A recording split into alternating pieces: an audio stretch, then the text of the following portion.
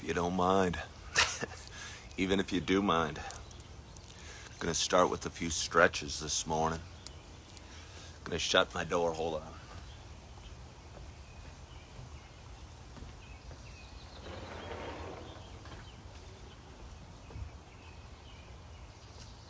Would have bothered me leaving the door open. Would have thought there were bugs climbing in the house. And I'm just staying. Good morning, Chip. Good morning, Ottawa. And I'm staying at a buddy's for a couple of weeks. Last thing you want to do as a house guest. There's several things you don't want to do as a house guest. And one of them is to let bugs into the home. I don't know if there's a book about such things. Good morning, Luca Big House. I don't know if there's a book about such things. But as a man that has traveled so much, perhaps I should write a book. Somebody said their backyard looks amazing, and it does. He does have a beautiful backyard. He's got a swimming pool back there. Nice big 5-acre lot. Nice deck. Beautiful green grass. I would show you the sunrise, but the sunrise has changed a little bit this morning. I'm going to do a little stretching while we talk. So, hey, look at the reflectiveness of that. That's kind of cool. But anyway, I'd recommend you start your morning with the little stretches, but you do you. If you don't want to stretch and you don't want to follow any of my life thoughts, that's okay. But I'm just going to do me. So I'm going to stretch and we can talk, and then I'll get to the rest of the show in a moment. Woke up this morning a little earlier than I'd like. Uh-oh. Cover on my coffee blew off. Hold on. See if I put my water on there, it'll stay on. The lengths I go to keep my coffee warm. Hang with me.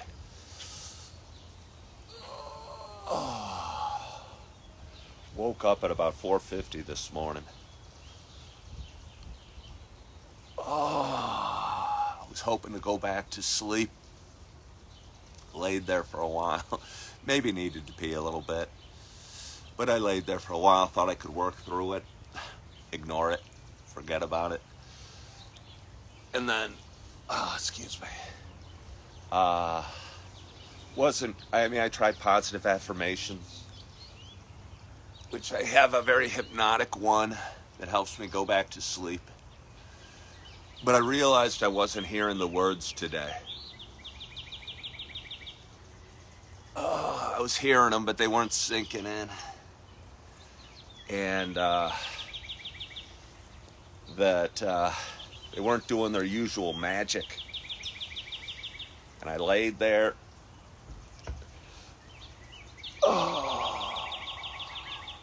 Had the windows open, or the window. Heard some birds chirping. I'm gonna bring it down to the ground. Hey, come with me. I'm gonna get down on the ground and keep my stretching going for a little while. Heard some birds chirping. Looked out the window, and there was a beautiful, I don't know if it was pink, orange, or what colors were going on.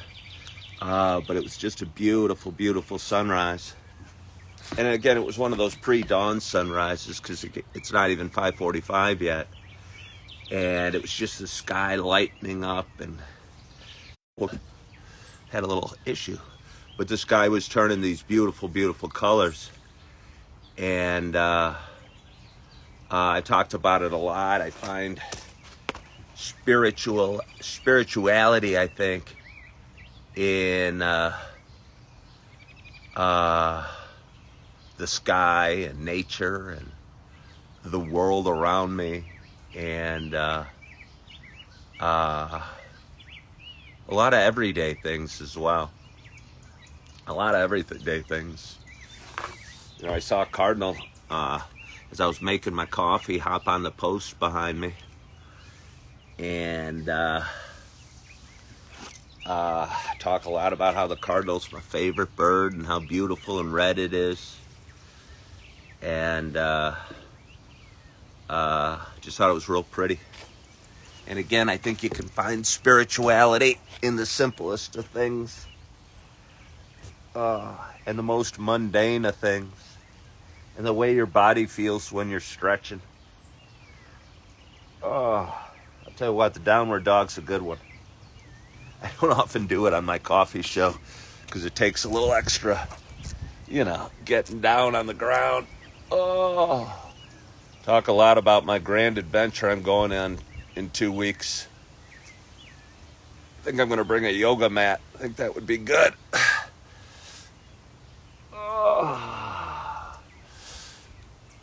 Somebody said they're moving back to Chicagoland. They need my take. What are the best Chicago suburbs to move to? I live in Naperville. I like Naperville. It's fairly expensive. Most Chicago suburbs are fairly expensive. Don't exactly know what you're looking for. But I'd say Naperville's a really nice town. About 150,000 people, about 40 miles west of Chicago. And Mortgage Juice is saying, where are you? I'm in Naperville. So I guess I'd say I'd go to Naperville. But there's a lot of nice towns with a lot of nice downtown areas.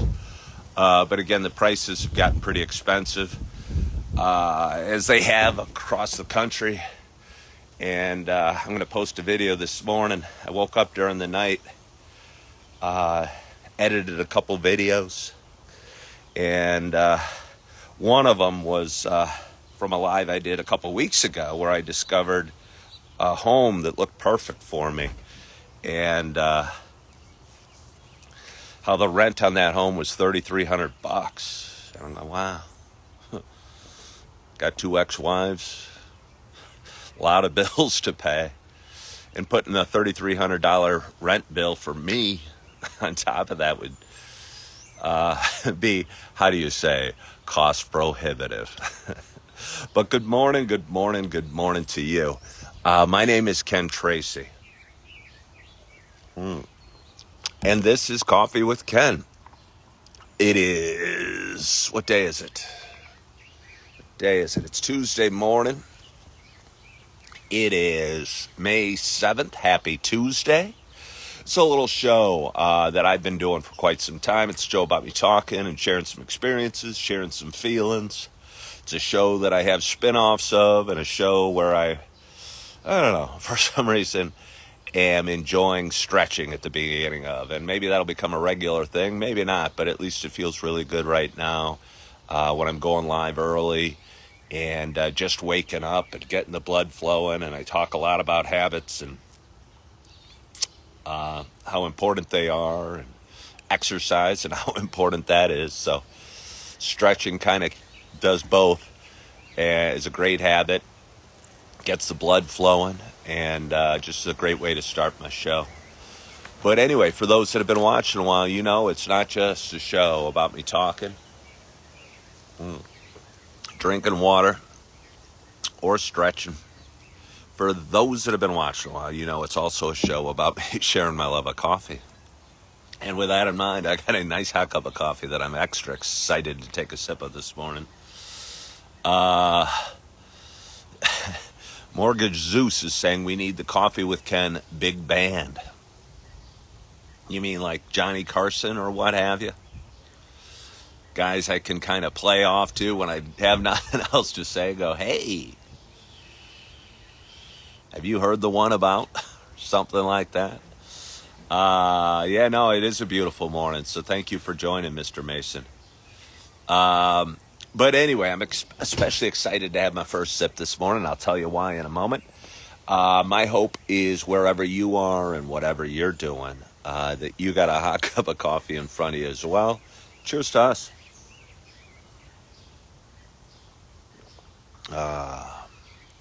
Yeah.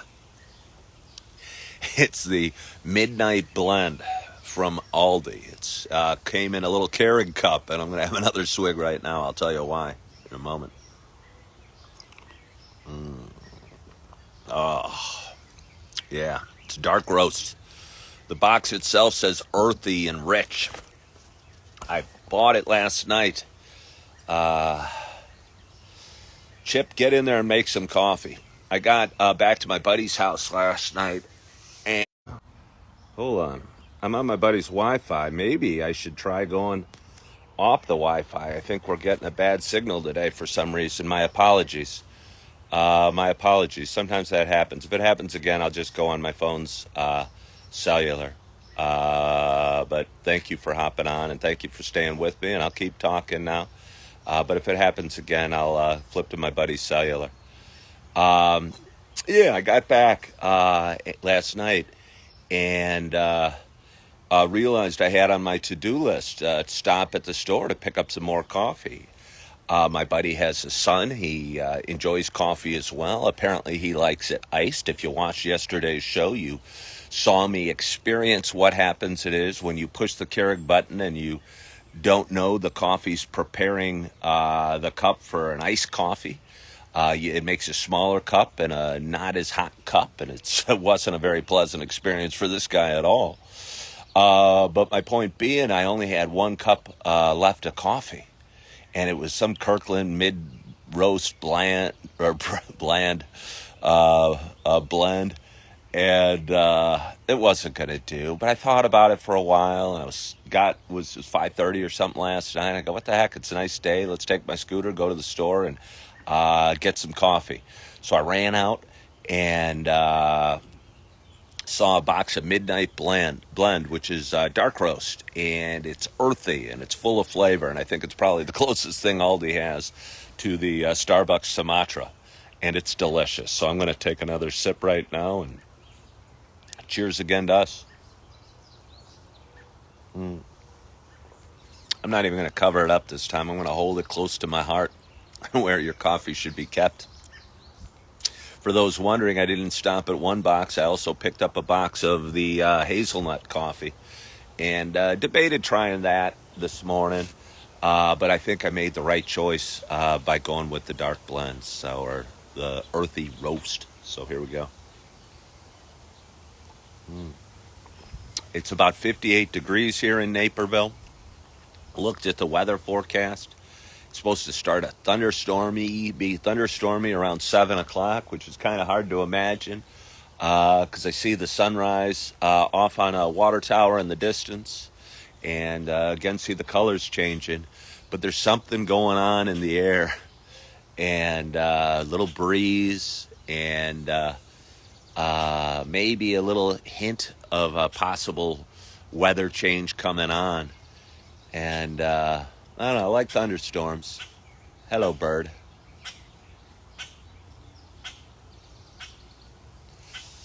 Maybe it's God telling me so. There's a fine line. Hey, Gary, thank you for saying that. There's a fine line between one of those God messages and one of those just simple annoyances. And a lot of times I say I look at nature as a lesson or a message or God telling me something. But kind of some bird flew off and landed on the branch and was just going, squawk, quack, quack, quack. And I was going, You know, I'll tell you what, the little boy in me thought of finding a rock and throwing it at the bird. But I wouldn't do that, at least not on live show. Somebody might call the Humane Society and said, excuse me, Coffee with Ken killed a bird. Arrest him. Is it illegal to kill a bird? I would imagine it's frowned on. And I talked about this once before. I, like a lot of boys, thought myself as a bit of an adventurer and hunter and nature's man growing up. And I had a slingshot, a powerful one. I think it was called a wrist rocket, one of those that has, a strap here or a holder here so you can get really good pulling action on it, and a big thick rubber band, and had a rock, and shot it at a robin and hit it, and the robin died, and I felt so horrible. And here I am over 40 some years later still feeling bad about that robin. I buried it in rocks outside of a home. It had to be early 80s, but I gotta let that go. I talk about it a lot. We all sin. And I don't even know if it's illegal or a sin to kill a bird or whatever, but I sure felt guilty and still struggle with it a little bit. Could never be a hunter. I don't begrudge hunters for hunting, and I think it's kind of neat. Again, I think it's their way of connecting to God or worshiping or what have you, being with the family or being with their friends or walking through the woods or walking through farmland or whatever with their dog. And I think it's kind of a neat thing, but I couldn't do it. I couldn't do it. And but anyway, I was at Aldi yesterday and got a FaceTime from my ex-wife and my two beautiful babies, which I loved, but I was in the middle of an Aldi, and I don't know, I was wishing I could be with my kids, but I mean, was appreciative at least that she reached out and that my babies were there and smiling and laughing and making funny noises, and as they have the habits to do, they enjoy hanging up on the FaceTime. My son, Augie, who just turned 3, who has Down syndrome. I only say that because he's very tech savvy for what I would have anticipated, a 3-year-old with Down syndrome. He can get on YouTube and he can hit the skip ad button and he can hit the back arrow button and he can flip around and find exactly what Sesame Street video he wants to watch. And he can't talk yet, but he sure can make sounds imitating his favorite Sesame Street character. And for the count, he goes, And for Oscar the Grouch, he goes, because that's the Grouch jeer. And Cookie Monster, he goes, bum, bum, bum, bum, bum, bum, like the sound of him eating cookies. So he communicates with me that way and tells me where he wants to get started. But then he'll take the phone. Sometimes he's becoming a little bit of a salesman, and I mean maybe the hugs are totally just generous and loving and kind hugs because he's getting really good at wrapping his arms around my neck and hugging me and squeezing me tight. But I'm not totally sure it's just a innocent act of love or it's a sales pitch because he wants my cell phone because he wants to watch some Sesame Street. But either way, I accept the love. And again, I got FaceTime. I was at Aldi on 95th Street for somebody that was asking. And got a FaceTime with him and was talking to him and chatting to him. I had my earbuds on, so I was kind of oblivious to my surroundings a little bit. And after a minute or two, Augie or Eve, one of them, pushed the button and hung up on the phone. Had my coffee, I got these little burnt tips, pork, something delicious, and barbecue sauce for dinner. It was tasty. That's all I have about that. But anyway, got in line at Starbucks, or not at Starbucks, at Aldi, and was paying my bill. And the cashier, by the way, Ed, I've said it before, the Aldi cashiers are amazingly fast. Maybe it's because they don't have to bag, or maybe because they have super speed or super power scanners, but they're really fast. And no matter how horrible the line looks or how many things are crammed in the grocery cart in front of you, they still whip through them really quickly and get the customers on their way. So kudos to Aldi for having a good system. But as I was gathering my things, the cashier asked the man behind me how he was doing, and the man said, blessed. And it touched me a little bit and made me think what a good answer that was. And I thought about saying something to the guy, but I left and was getting on my scooter because I rode it to the store. And it turned out the man parked next to me and came up to me and said that he was behind me in the store and how good of a dad I was. And a little bit, I was feeling guilty about this when he started telling me how good I was a dad and how other dads, don't want to take responsibility for their kids or whatever. And I was feeling bad because this man didn't know, but I'm divorced and I'm not with my kids as often as I'd like. And all I was being a dad that loved his kids and missed them and was sad as they were hanging up. And he saw that. And maybe I need to let that guilt go and that bad feeling and just realize I'm doing the best I can and what I can. And I think that's an important message for a lot of us. that things aren't always as we want them to be, or as hoped they'd be, or dreamed they'd be, but we still can do our best. And one thing I promise is I'm going to love the stuffing out of those kids. Uh, yeah.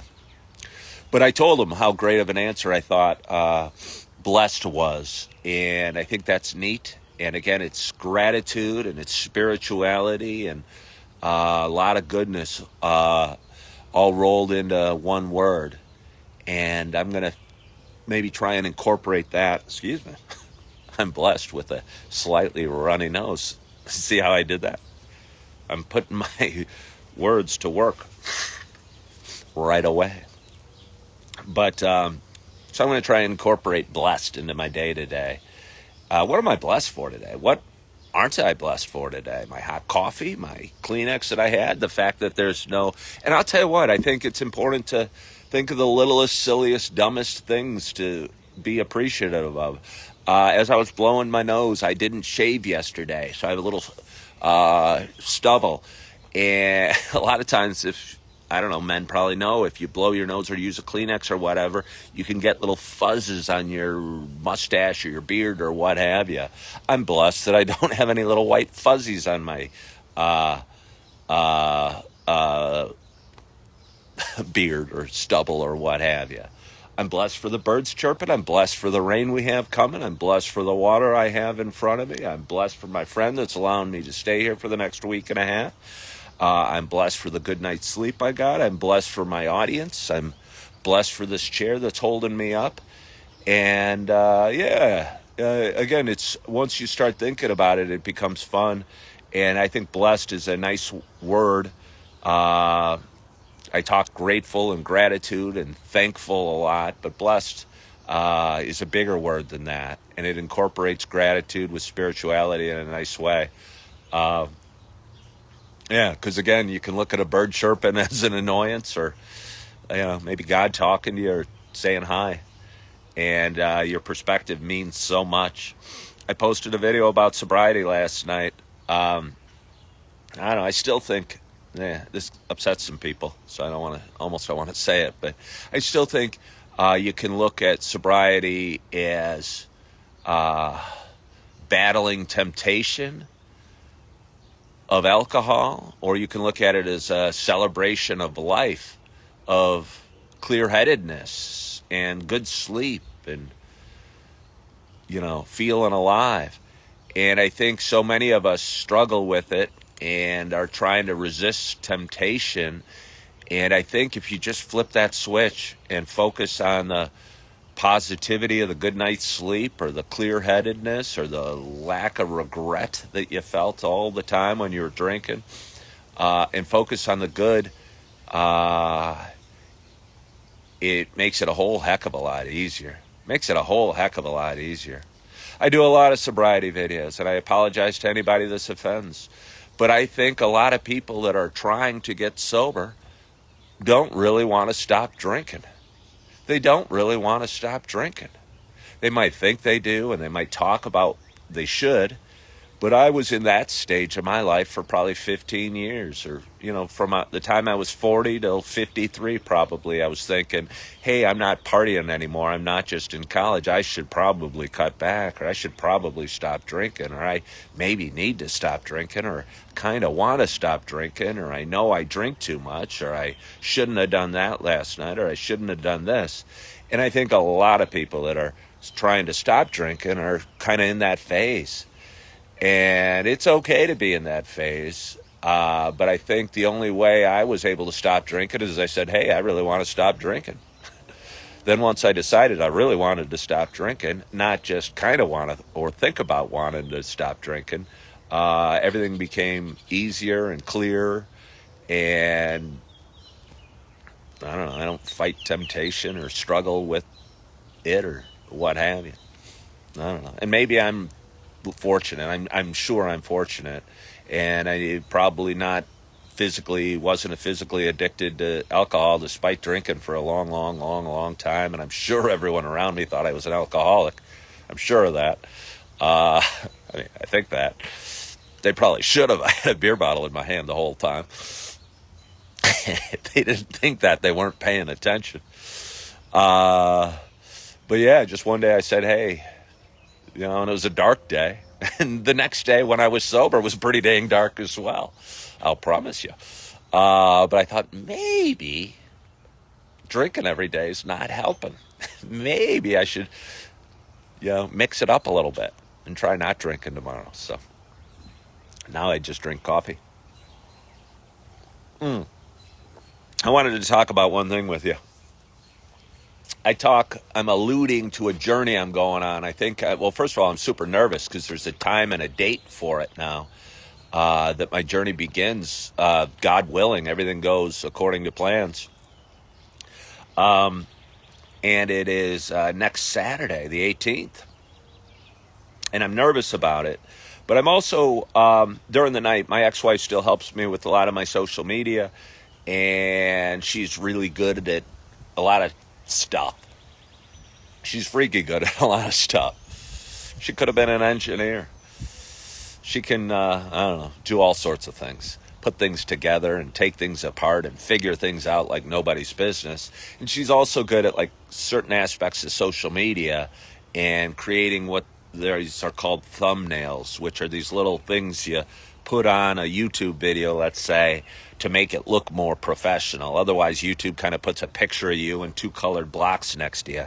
But you can put on a thumbnail, and it's some sort of artistic-looking painting supposed to depict what the video's about.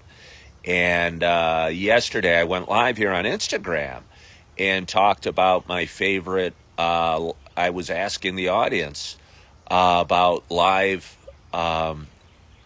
what the best live platform was, and had a nice conversation. It ran 15 minutes, and the title of the video is what platform is best for live streaming, or what social media platform is best for live streaming. And it seems like something people probably search up and look at for a while, because I think it's a question a lot of us might have that are creating videos or wanting to go live or on different social media platforms. And anyway, clearly, because here I am on Instagram, I decided Instagram was the way I was going to go. And but anyway, I told her about the video, and she goes, oh, yeah, no, that'll be good. That'll be something people search up. And I asked her to create a thumbnail for me. And during the middle of the night, she texted it to me. And I looked at it. And while it looks more professional, I don't know if it captures what Coffee with Ken is supposed to be. And because I did this video, and it was me, and I was feeding my children yogurt and pretzels and kind of talking while doing this and kind of being a dad and kind of going through life. And it almost looked professional but silly and colorful. And if you look, a lot of big content creators often have these very colorful, kind of silly looking thumbnails, they're called. And it just didn't feel like me, and doesn't feel like me, and didn't look like what my show's about. And I'm not sure if I'm going to use it. And this got me to thinking, I'm going on this big journey in a week and a half that I'm excited and terrified about all at once. And I know it would be great content opportunity, and it would be great scenery and a ton of interesting discussions and a lot of follow me on this journey of adventure. And I know it would be a great opportunity to create a lot of content. And I'm struggling with two thoughts. One is, that's not what Coffee with Ken is about. And Coffee with Ken has always been about just a guy drinking coffee, kind of talking and running through random thoughts and about life and spirituality and sobriety and mental health and addiction and financial highs and lows and relationship struggles.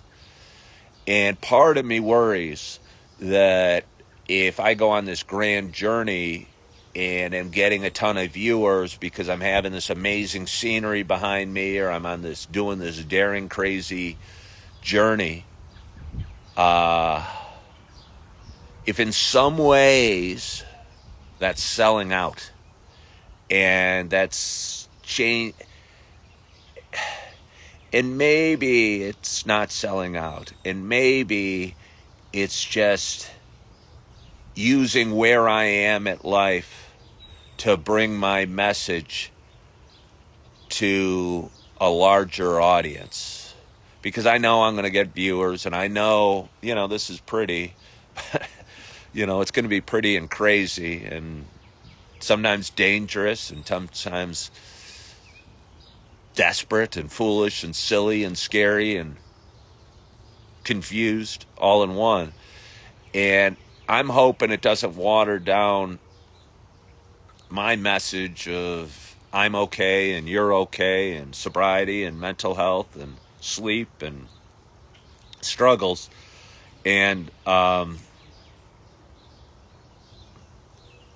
don't know, change the feel or change what Coffee with Ken's always been about. And Coffee with Ken's always just been about a guy having coffee and talking a little bit about life. And I guess it's still going to be a guy having coffee talking about life. But my life's taken me on a different path than I expected. And maybe it would really be disingenuous to turn off what I'm doing, because life takes us on journeys and takes us on scary times and, different directions at time. And maybe that's okay. I was thinking about it as I soothed myself back to sleep. What was the guy? And he passed a year or two ago. He had grayish hair, and he was a former addict, and he would travel the world and sit down with restaurant owners and talk about their restaurant and their food and a little bit about life. And I forget what channel it was on. But he had a big audience, and was doing real well, but I apparently had some struggles, and he passed a couple of years ago. And again, I forget what the show, he had curly gray hair, and it might have only been a year ago now. I forget what it was called. But either way, he was going to exotic locations and going to Vietnam and sitting down with Vietnamese restaurant owners and going to Africa and going to South America and going all over the world and sitting down and sampling food and trying things and meeting new people and discovering different cultures. And that's what his show was about. And he wasn't just visiting the local diner in his hometown and meeting, he was going to exotic places. But he wasn't selling out his journey to experience new cultures or experience new foods or experience new life. And maybe that's just what we do. Yeah, it was Anthony Bourdain. What was the show called? It was Anthony Bourdain. Thank you. What was the show called? I forget.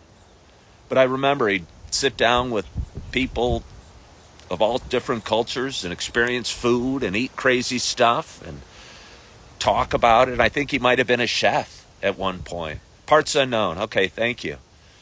And I guess that wasn't selling out just because he'd go to cool places and do exotic things and meet different people. Maybe it's time for Coffee with Ken to go on the road. Maybe it's time.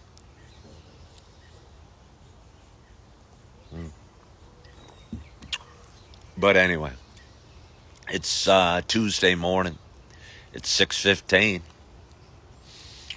Got the sky darkening just a little bit around me and a little bit of wind picking up. And again, I looked at the weather this morning, and it forecasts thunderstorms around 7 o'clock. But the sun's going to come out later. And I have a free morning, fortunately, and nothing planned this morning. So I might use this as an opportunity to catch up on some things and take care of some things and kind of plan for some things and plan for my journey and plan for my adventure. I'm planning to take my scooter on my adventure. I own a Suzuki Bergman 400. And there's a lot of preparation when one takes an adventure on a scooter. It's a 400cc. It's highway legal, but I'm not planning to ride on the highways. That's got some storage underneath the seat, but not nearly enough for my trip. Good morning, Kimberly. And last night I was researching top cases, which I don't know if you ever see motorcycles or scooters or what have you with these kind of luggage compartments on the back.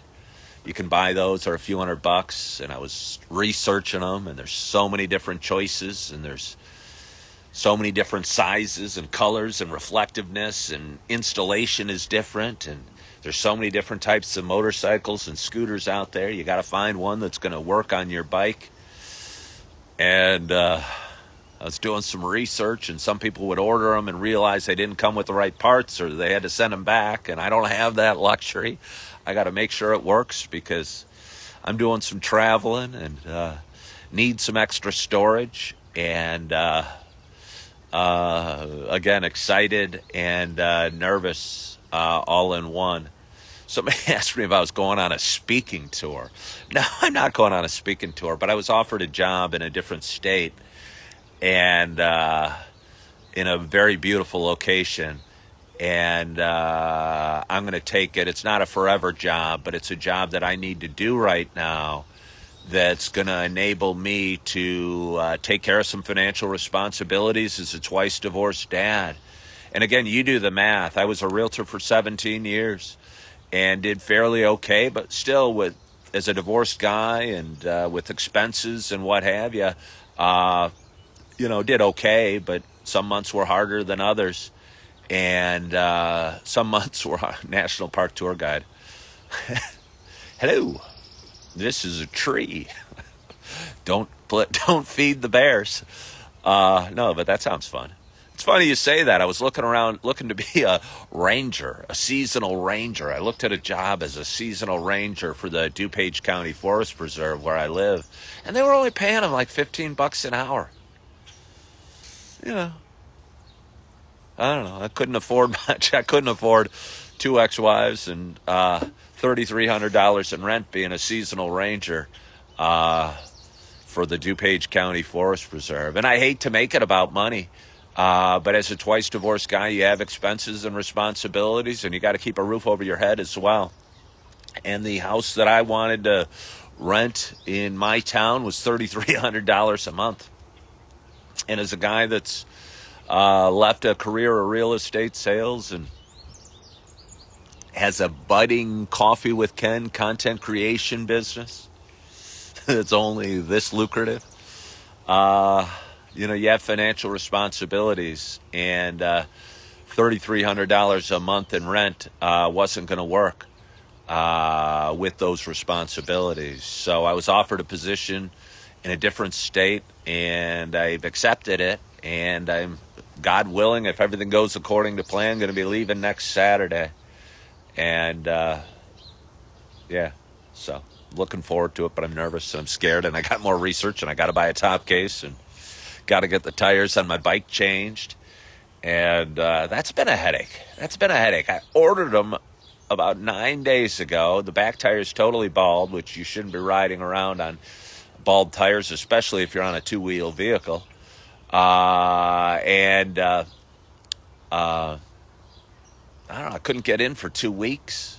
So I'm excited to get my bike serviced on Friday and get it some TLC and some new tires and an oil change and a checkup, and hopefully everything is fairly fine, and they don't come back and it'll say I need new brakes, a new this and a new rotor, whatever that is, and a new this and a new that. That'll be $2,000. I'll have a decision to make, but I don't know. Life gives us decisions, so yeah. But anyway, it's Tuesday morning. I want to thank you so much for joining. I'm looking forward to my day. I'm looking forward to doing some research, enjoying the thunderstorm, enjoying my next hot cup of coffee, enjoying some video editing, looking forward to getting a workout in and seeing my little babies this afternoon, and getting a whole lot done. I hope your week started off great yesterday. I hope you're excited about your Tuesday, and whether it's sunny or rainy where you're at, or the birds are chirping and it sounds like song or it sounds like an annoyance, find some joy in it and find the blessing in it, and find the blessing in your surroundings and the blessing in the mundane and the blessing in life, because I promise you they're there. And when you're focusing on your blessings, you're not focused on your headaches or your struggles or your stresses or your bald back tire on your scooter. And you feel a lot better when you're focusing on your blessings. So I'll encourage you to do that today. Want to thank you so much for joining. RJ, have a great day. I appreciate you. I hope you're having a great morning. I hope your coffee is hot. I hope you are feeling good. I hope you are loving yourself. I hope you're forgiving yourself. And as always, I hope to talk to you soon. Bye-bye.